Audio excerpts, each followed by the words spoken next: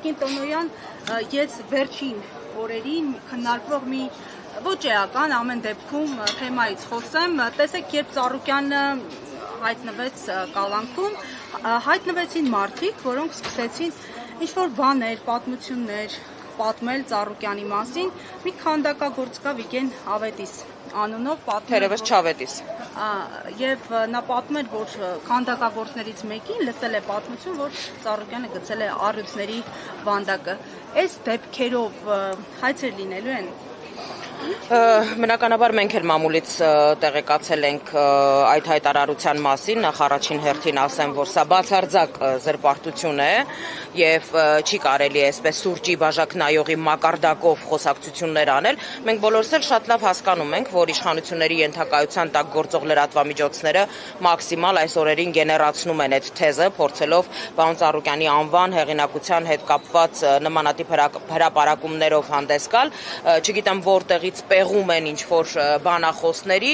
որոնցից կյանքի գնովել լինի, փորձում են ստանալ գեթ մեկ նախադասություն, որը վերաբերում է Գագիկ Ծառուկյանին եւ նրա հեղինակությանը, եւ հատկապես հենց այդ վերնագիրը դրվում է, հենց այդ նախադասությունը դրվում է 40 րոպեանոց հաղորդման վերնագիր, այն դեպքում, որ մնացած 38 րոպեն ընդհանրապես առնչություն չի ունենում Գագիկ Ծառուկյանի կամ նրա գործունեության հետ։ Մենք բոլորս այս տեխնոլոգիաների մասին շատ լավ գիտենք, վստահ եմ նաեւ լրատվական դաշտն այդ ամեն ինչին տիրապետում, իսկ ինչ վերաբերում է Վիգեն Ավետիսի այսպես մտածածին, հորինված, իր վառ ու բորբոքված երևակայության արդյունք հանդիսացող հայտարարություններին, կրկնում եմ, նախ առաջին հերթին դրանք որևէ աղերս չունեն իրականության հետ, մեկ, երկրորդ մեր փաստաբանական թիմը այո, զրպարտության, անհիմն այսպես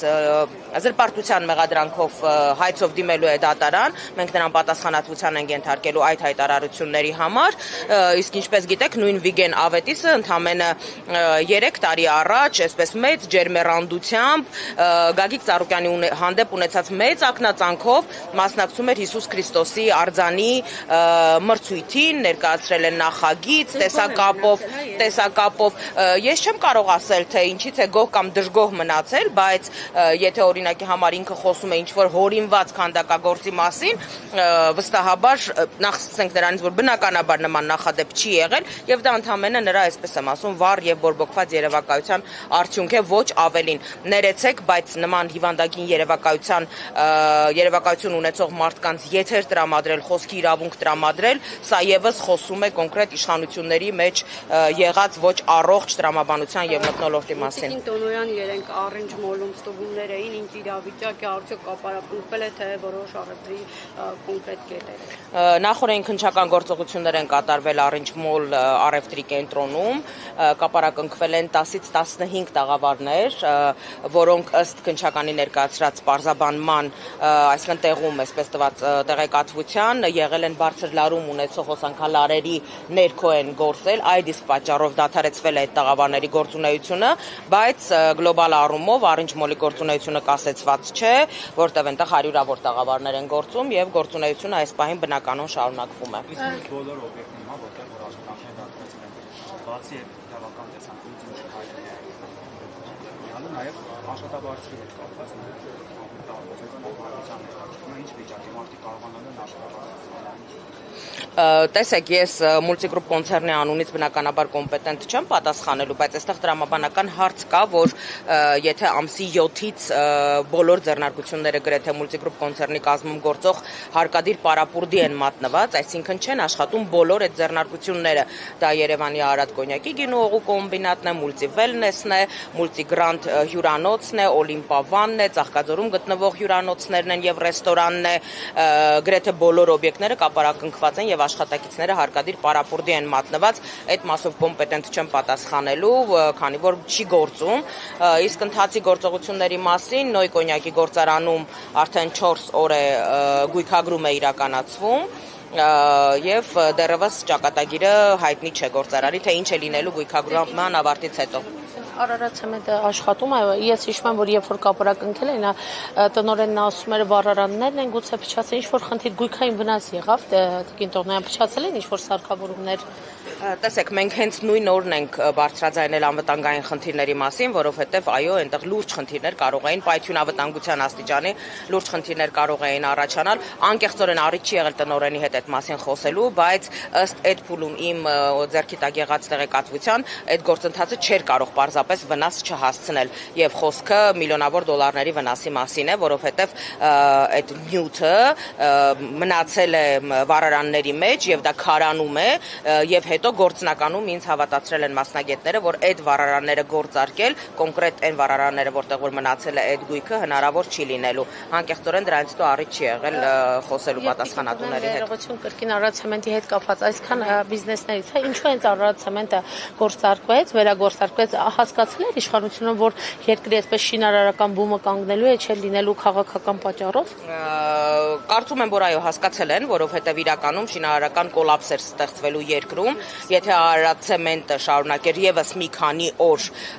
չաշխատել եւ կարող եմ վստահաբար ասել, որ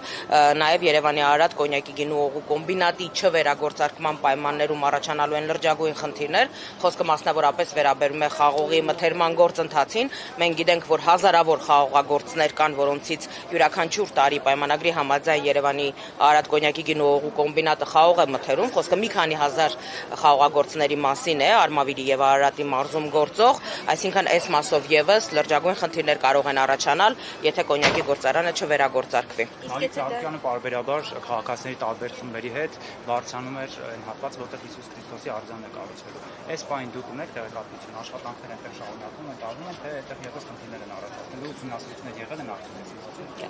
Աշխատանքները, շինարարական աշխատանքները շարունակվում են, ավելին ասեմ, նաև կամավորների այցերն են շարունակվում այս օրերին, մարդիկ, հարյուրավոր մարդիկ գալիս են, իրենց մասնակցությունն են ունենում, հավաստագիր են ստանում իրենց մասնակցության հետ կապված եւ այս օրերին կարող եմ ասել, որ մեր կամավորների հոսքը բազմապատիկ անգամ ավելացել է, որովհետեւ մարդիկ այս ամեն ինչի մեջ ներքին համերաշխության, ազգային համերաշխության այսպես խորհուրդ են տեսնում այս գործընթացի մեջ։ Շինարարությունը ճիշտ է այս պահին շարունակվում է, սակայն առաջիկայում օբյեկտիվ խնդիրներ կարող են առաջանալ Հիսուս Քրիստոսի արձանի կառուցման մասով, որովհետև արձանի երեսպատման սալիկները մատակարարում էր Multistone ընկերությունը, որը ինչպես գիտեք, եւս արդեն 10 օրից ավել կապարակնքված է եւ չի գործում։ Տիկին Տոնոյան, մեկ հարցադրում ճշգրտում քաղաքական թիմում Ծառուկյանը ինչպես են պատկերացնում այս իրավիճակի հանգուցալուծումը, հաշվի առնելով, որ Փաշինյանը վերջին ճեպազրույցներից մեկում էլ նշեց, որ անզիջում է այս հարցում լինելու եւ ավելին չժխտեց իր հրահանգների մասին։ Գագիկ Ծառուկյանի քաղաքական թիմը, Բարգավաճ Հայաստան կուսակցությունը, նաև պարոն Ծառուկյանից ստացած հստակ այսպես հանձնարարություն, ցուցում, առաջադրանքի համաձայն շարունակում է իր բնականon գործունեությունը, թիմը կուր է, թիմը ամուր է, բնականաբար առաջին ժամերին, առաջին վայրկյաններին, ինչպես եւ կարծում եմ շատ մարդկային եւ տրամաբանական է, այո, որոշակի առումով թիմը նաև պարալիզացվել էր, որովհետեւ երբ որ մի քանի ժամում ընդամենը այսպես բացարձակ հիմնազուրկ մեղադրանքով կալանավորվում է կուսակցության նախագահը, կալանավորվում է թիմի առաջնորդը,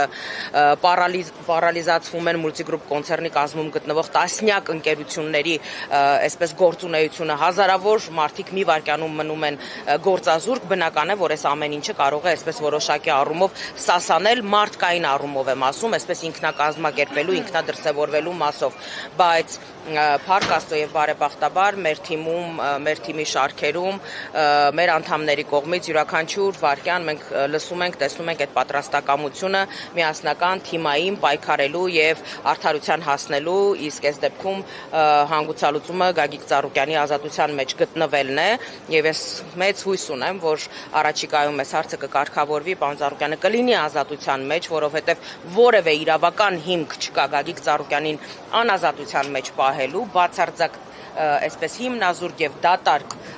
քրեական գործ է այն ինչ որ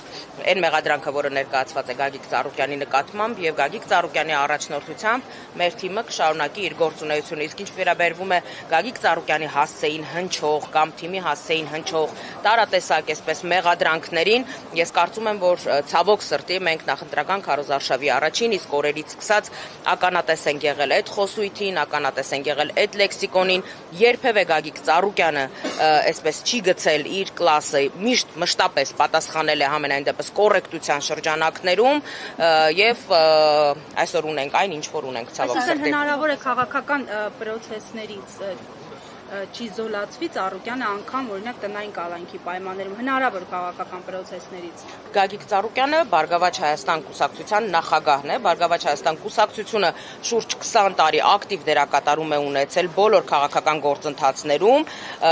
մինչև նախորդ խորհրդարանական ընտրությունները 21 թվականի խորհրդարանում ներկայացված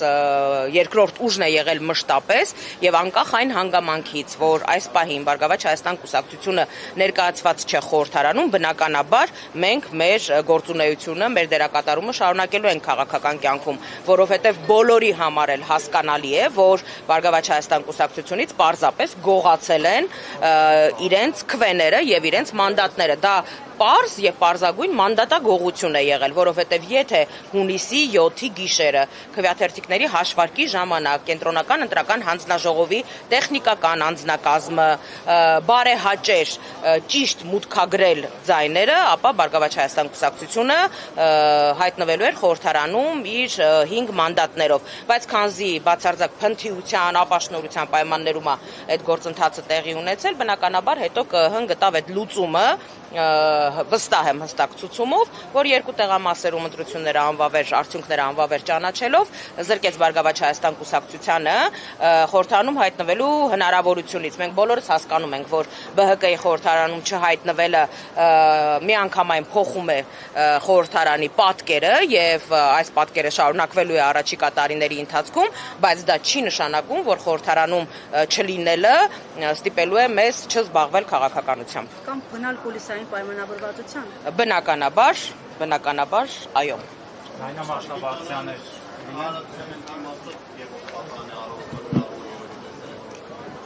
Բնականաբար տեսել եմ, մեզ համար զարմանալի չի այդ հայտարարությունը, գործընթացները հենց դրան էլ տանում էին, բայց մենք